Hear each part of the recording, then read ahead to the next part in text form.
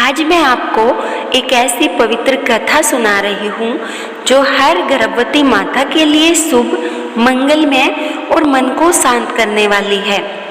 यह कथा है देवी अनुराधा और उनके गर्भ में पल रहे दिव्य बालक की। बहुत समय पहले हिमालय की वादियों में एक छोटा सा आश्रम था। वहाँ एक महान ऋषि रहते थे। ऋषि वशिष्ठ के शिष्य महात्मा श्यामदर्शन और उन्हीं की पत्नी थी देवी अनुराधा, जो अत्यंत ही शांत, विनम्र और भक्ति में लीन रहने वाली स्त्री थी। एक दिन सुबह के समय ऋषि श्यामदर्शन ने ध्यान में देखा कि उसके घर एक पवित्र आत्मा आने वाली है और देवी अनुराधा मां बनने वाली है। पूरे आश्रम में खुशी फैल गई और गर्भावस्था के पहले ही दिन से देवी अनुराधा ने तय कर लिया कि उनके मन में केवल भक्ति, शुभ विचार और ईश्वर का नाम ही रहेगा। वह रोज सूर्य उदय से पहले उठ जाती, दीपक जलाती और धीरे धीरे गायत्री मंत्र, श्री राम, जय राम और धीमे स्वरों में कृष्ण नाम जपती रहती थी। जब भी वह मंत्र बोलती तो उनके गर्भ में पल रहा शिशु हल्की सी हलचल करता, जैसे ही वह हर मंत्र को सुन रहा हो, जैसे वह माँ की भक्ति में डूब रहा हो। एक दिन आश्रम में एक वृद्ध साधु आए। उन्होंने देवी अनुराधा से कहा, माता श्री, गर्भ में पल रहा शिशु केवल शरीर नहीं बनाता, वह चरित्र भी बनाता है।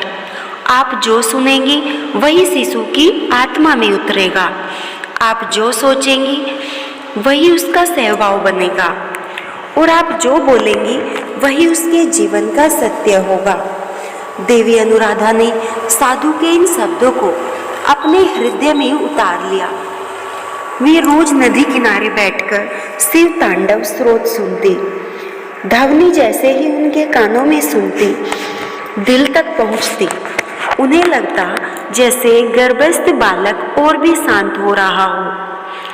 कभी वे दुर्गा चालीसा पढ़ती, कभी हनुमान चालीसा पढ़ती, कभी ध्यान करती।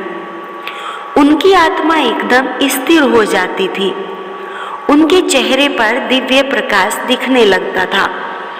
गर्भावस्था के 7वें महीने में ऋषि श्यामदर्शन ध्यान में बैठे थे। उन्होंने दिव्य संकेत देखा कि शिशु अत्यंत तेजस्वी है। उसे गर्भ में ही धर्म, भक्ति और सत्य का ज्ञान मिल रहा है।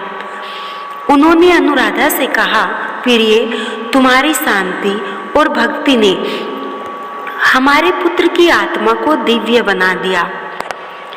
उसके कानों में जो जो ध्वनियाँ सुनती हैं, पहुँचती हैं, वह सब आत्मा पर अंकित हो रहा है।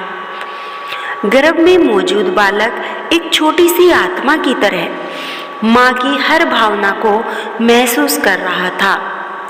जब माँ कृष्ण भजन सुनती, उसे लगता कि कोई दिव्य प्रकाश उसके चारों ओर नृत्य कर रहा हो।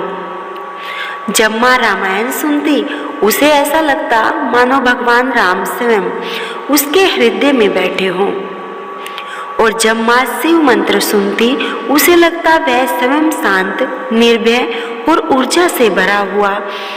देवी अनुराधा ने सोचा, मैं तो सब कुछ सुन रही हूँ, लेकिन बच्चा क्या पसंद करता है? उसकी आत्मा किस ध्वनि पर सबसे ज्यादा प्रतिक्रिया देती है? उस रात उन्होंने धीरे से ओम नमः भगवते वासुदेवाय मंत्र को जपा।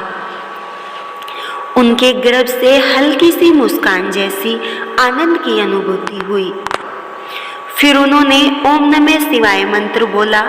बच्चे में गहरी शांति फैल गई। जब उन्होंने जय माता दी कहा तो शिशु ने हल्की सी हलचल की, जैसे वह माता रूप में देवी को पहचान रहा हो। गर्भ के 9वें महीने में देवी अनुराधा जब ध्यान में बैठी तो उन्हें ऐसा महसूस हुआ जैसे गर्भ से दिव्य प्रकाश बाहर फैल रहा हो। आश्रम के लोग भी कहते, माता जी के चेहरे पर जो तेज है वह किसी देवी के तेज जैसा ही लगता है।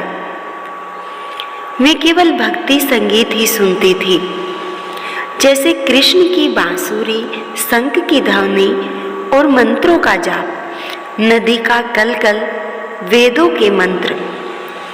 ये सभी ध्वनियाँ शिशु को आत्मिक रूप से मजबूत बना रही थी। जब बालक का जन्म हुआ, पूरे आश्रम में दिव्य प्रकाश फैल गया। शिशु शांत था, उसका चेहरा चमक रहा था, मानो गर्भ से ही तप करके आया हो। ऋषि श्याम दर्शन ने कहा, यह केवल मेरा पुत्र नहीं, यह तो अनुराधा की भक्ति का परिणाम है। इस बालक में वही गुण होंगे जो माँ ने गर्भ में सुने, सोचे और समझे होंगे। प्रिय माताओं, गर्भ में पल रहा बच्चा ध्वनि से, शब्दों से और वातावरण से और भावनाओं से जीवन सीखता है।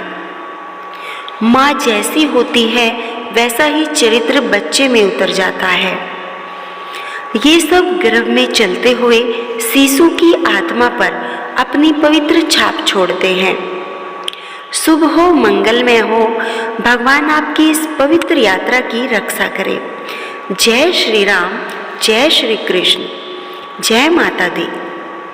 अगर आपको यह कथा अच्छी लगी हो तो वीडियो को लाइक जरूर करें और हमारे चैनल को सब्सक्राइब करें।